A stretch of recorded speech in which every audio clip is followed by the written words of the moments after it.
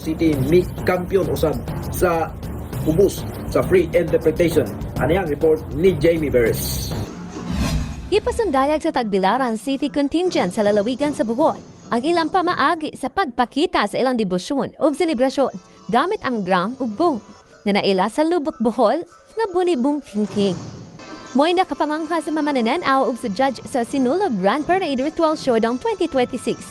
Hinungdad na sila ang nigawas na kampyoning tuiga sa Sinulog-based category. Ang first-time participant nga Tagbilaran City ang nakakuhausab sa Best in Musicality Award.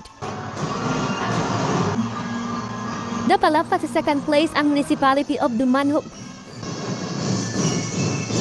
Third placer ang City of Karkar. Kinsa mausab ang second place sa Best in Street Dancing o fourth place sa Best in Musicality.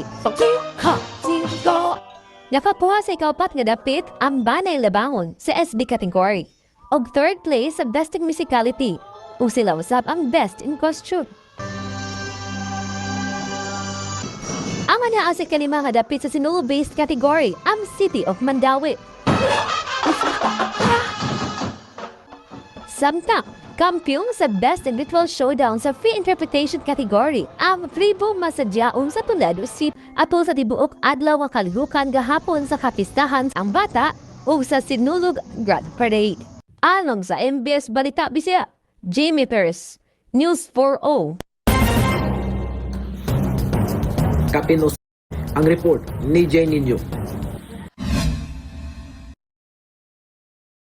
Nagsunod-sunod ang pag-abot sa mga individual nga nakuyapan matud pa sa adunay problema sa